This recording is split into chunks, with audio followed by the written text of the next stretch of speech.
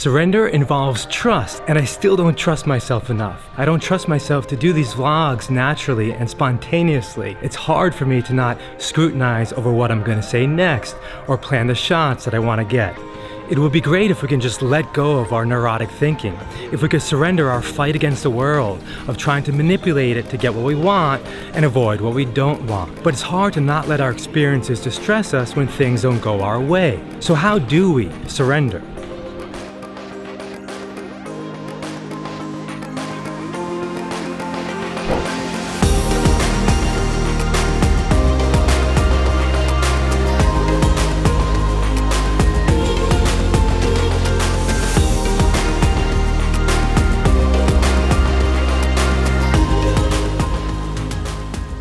In Abraham speak, it's about how to get happy first before taking any action. It's about an unconditional happiness. Abraham Hicks teaches of how to trust in infinite intelligence, or source energy, the energy that creates worlds. It's about placing the burden outside of our limited selves onto greater natural forces at play. And one of those forces is the law of attraction, or in Indian religious thought, karmic forces. It's about surrendering to those natural forces, or in religious terms, a surrender to God. One of my favorite Abraham books is The Astonishing Power of Emotions, where they give examples of letting go of the oars, of surrender, of not trying to paddle your boat upstream against the current. Instead, they recommend letting go and allowing the boat to naturally turn and go with the flow downstream. They give real-world examples of negative situations and belief patterns we find ourselves in, conditions we perpetuate by fighting against what is. And then they give examples of how to soothe that resistant language, to gradually pivot to more pleasing positive thoughts. This can be one way to surrender, to believe that things are always actually working out for us, to really trust in our inner beings, that there's a reality of everything we want that's already vibrationally created. And all we have to do is to allow it into our everyday experience.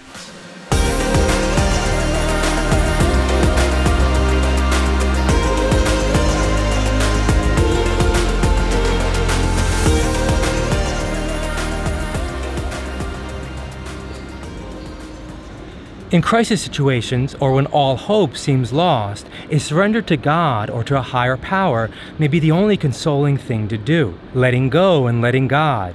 A surrender of the situation to God. This would be like trusting in our inner beings, as Abraham teaches about, and then waiting for inspired actions or fortuitous events to aid us. But this requires a real trust, a real faith, and many of us may not have it. For those of us that believe in Abraham's law of attraction teachings, this would mean really trusting that infinite intelligence has our backs, that is working on our behalf, and all we have to do is a third step of the creative process, to allow.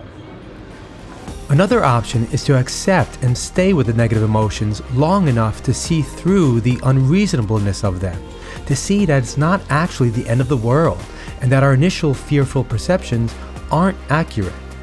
In David Hawkins' book, Letting Go, he writes of a surrender process where the underlying motive behind the feelings becomes more and more apparent.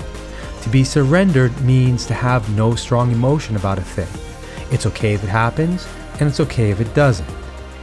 Seeing past the negative emotions, seeing the positive aspects of any situation may be possible. And this would be in line with the process Abraham teaches.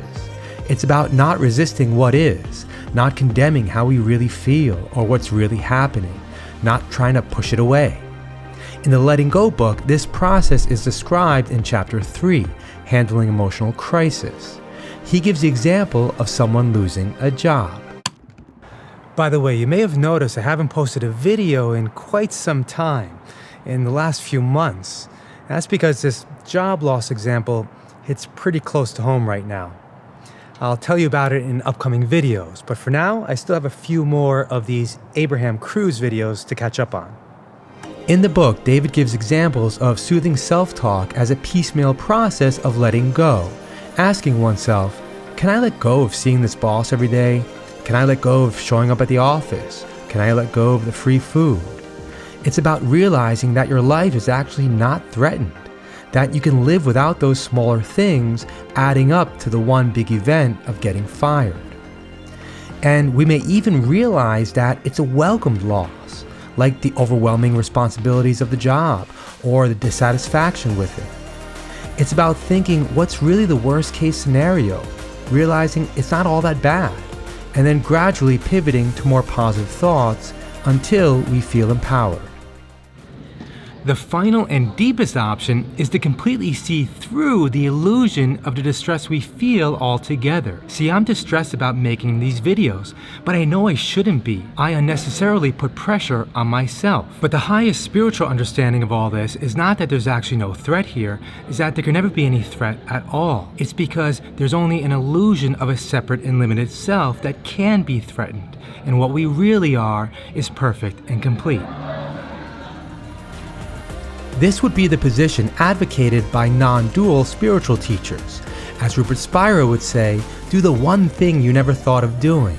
Don't turn away from the feeling, but turn toward it. Welcome it and accept it.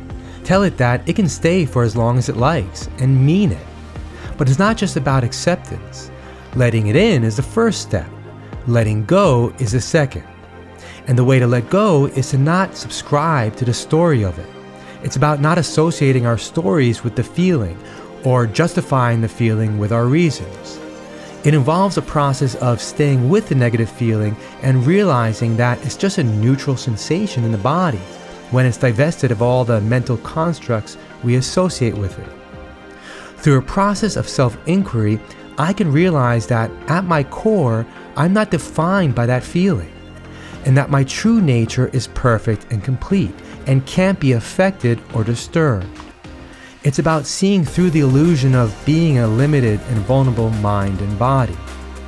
If we can really see through that, we can realize that we are truly not in danger of anything. The main goal of the illusory separate self is to survive above all else, and our emotions serve as guidance for that survival. But if what we really are is an infinite consciousness that is beyond birth and death, there's really nothing to sustain and defend.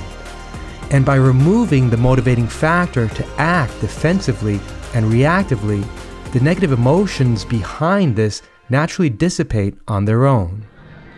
Whichever method of surrender we use, it might be the hardest part of being human and attached to the outcomes of our lives. But there's such a sense of relief when we can do it. Like when I close out these videos. If only I could be more consistent about letting go. It may be the greatest part of our spiritual quest. Like and comment if this resonated with you, and subscribe below to follow me on my journey. See you next time.